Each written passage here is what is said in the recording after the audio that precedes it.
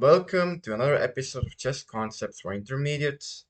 When I started out, I was a 400 elo player, but now after 9 months of practicing, I have turned into a 1300, and right now I am 2000 after 2 years. So let's look at this game. Make sure to look at your game reviews and study your openings after each failure. Now here we have a Caro-Kann. We get this bishop f5.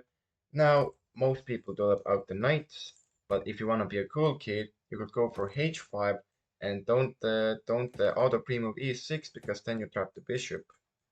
You trap the bishop like this.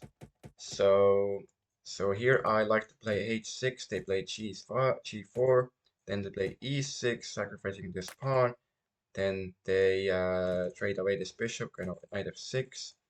After takes, rook takes, we have the best line. But that's just what I learned when I was playing. So they play knight f3, they play e6, they trade off the bishop. You have to trade off. I looked at this with the engine back like 2 years ago, that this is the best to take. And now you reach this equalized position. You play c5. All of this is normal. You don't even have to take to the knight. But I play queen b6 because I want him to take and then allow me to get this. But most of the players don't take this way. They instead play something solid. I take, they get their knight in. Well, this was a nice trade because now this pawn is quite isolated. He could have to play f4, but that run right into my plan of cutting off the diagonal. So that is why I like this. Now, knight d7 would be a nice idea here. I play knight c6, that allows him to trade, but I'll take with the c pawn.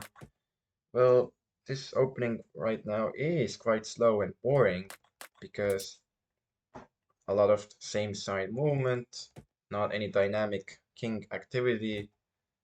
Well, my king is still in the center, and our opponent attacks our queen and perhaps wants to develop the knight d2, but I just push.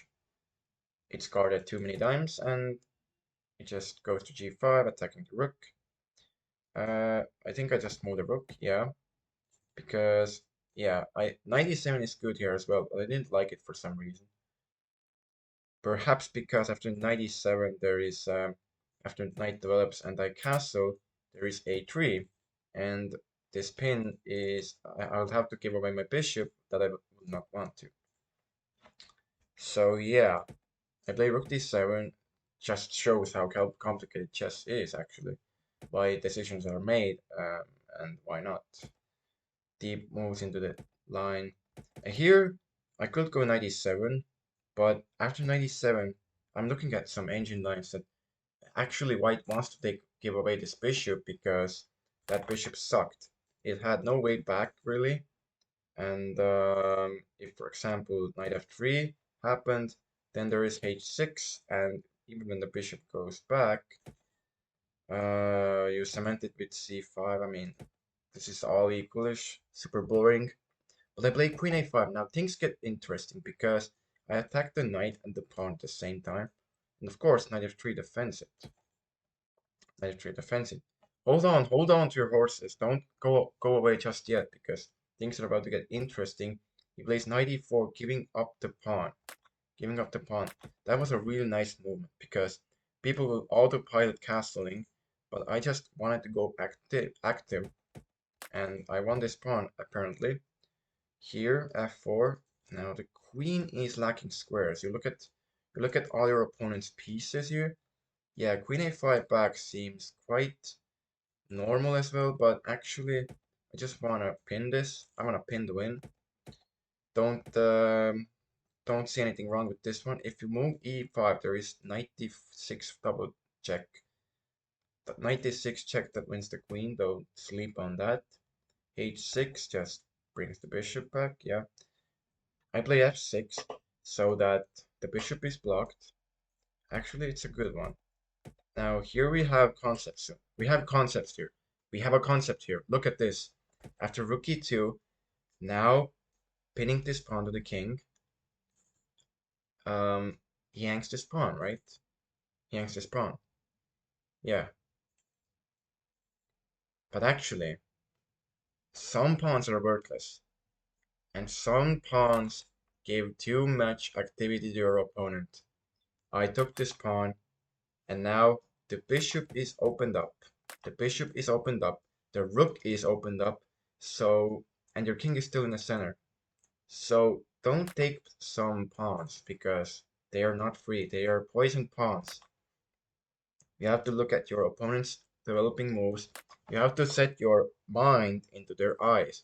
Let's say you take this and then you reverse the board. You would absolutely play rook f1 here, don't you? Wouldn't you? And wouldn't you like that? Wouldn't you like that? So basically, sorry, basically, rook e2, an excellent move, and queen takes f4, a blunder.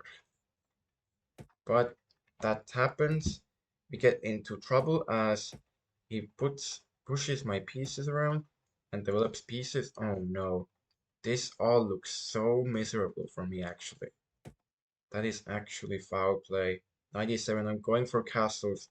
Now the engine finds rook f6, and then you get the fork. Oh my days, that is absolutely astonishing sacrifice. He he plays it? What? He found it? Oh my goodness. When I play rook f8 trying to trade off. Now there's rook takes e6. Oh my goodness. That's why it was not a great idea to unlock this file. Can you hear the rain? Oh my days, it's totally raining right now. Now it's quite the right time to analyze chess. Let's just close it. Okay, nice. Okay, rook takes f6. We have lost the whole base of our kingdom, and this is not looking really too easy. We have to escort our king. King f7 here is the best move. So, okay, I told you that, but I should not have. I should have had guessed. I should have let you guess that move.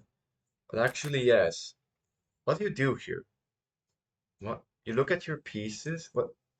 Where can I go? What looks the best move? But actually, yeah, you won't look at your king moves that often.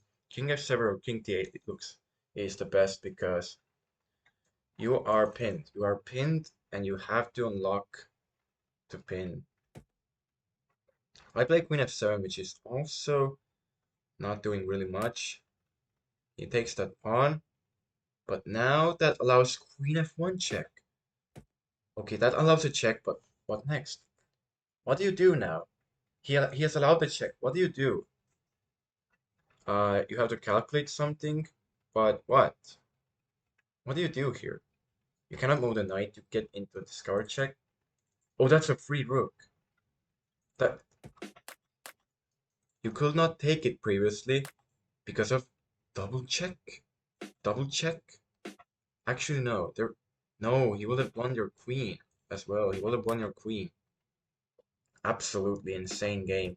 But now we move the queen, and now we can take the rook. No! Look at captures. That would have been a nice one, regardless of some double check. But we play rook f6, hanging the rook via the knight.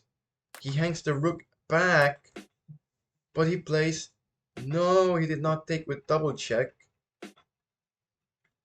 Instead, he took with this, and now there's queen takes e2, because you have you are losing the queen regardless.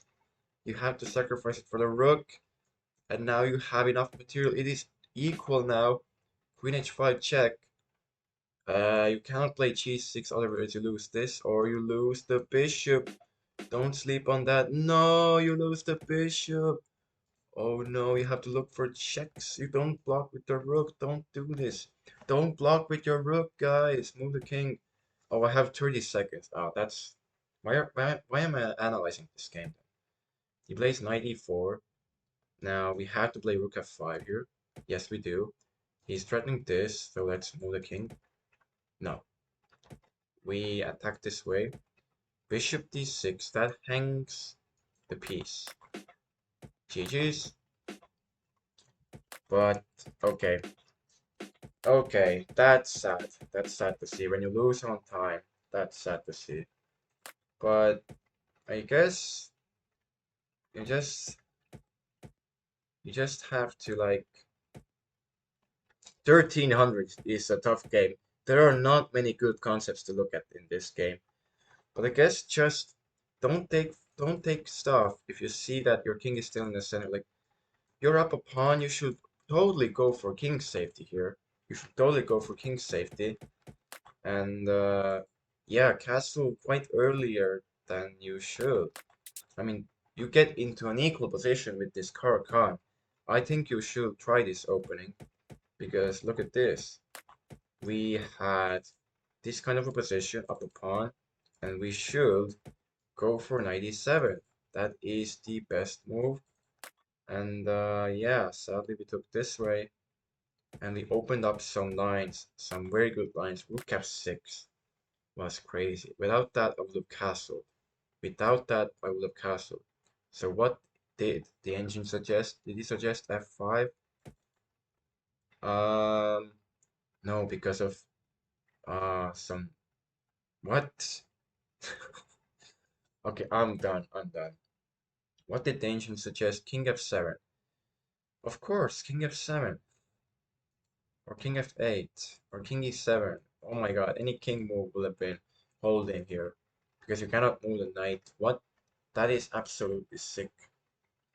So, this happened, and this was very imbalanced. We were lost on time, but imagine we weren't lost on time. Imagine we weren't lost on time here. King f8 would have been very nice here. I mean, actually, right here. King f... Nah, yeah, bringing the bishop back was much. So, king f8 and king f8 takes. And here... Oh my god, can you hear it? Okay, so yeah, knight to b6 or something. It's tough to say. Like, I mean, just cocoon in, you have to survive this position. Yeah. So we actually lost on time, lost everything. So if you like this video, take a look at your games. In order to get to 1300, you have to get first 1000, then to 1100, then sneak in through with your tactics and concepts like being chill and not taking free stuff. I mean, being chill and developing your king to the safety, not taking this would have led me to a very nice position. But if you look through to this one, I thank you. You're a legend, and we will see you in the next one. See ya.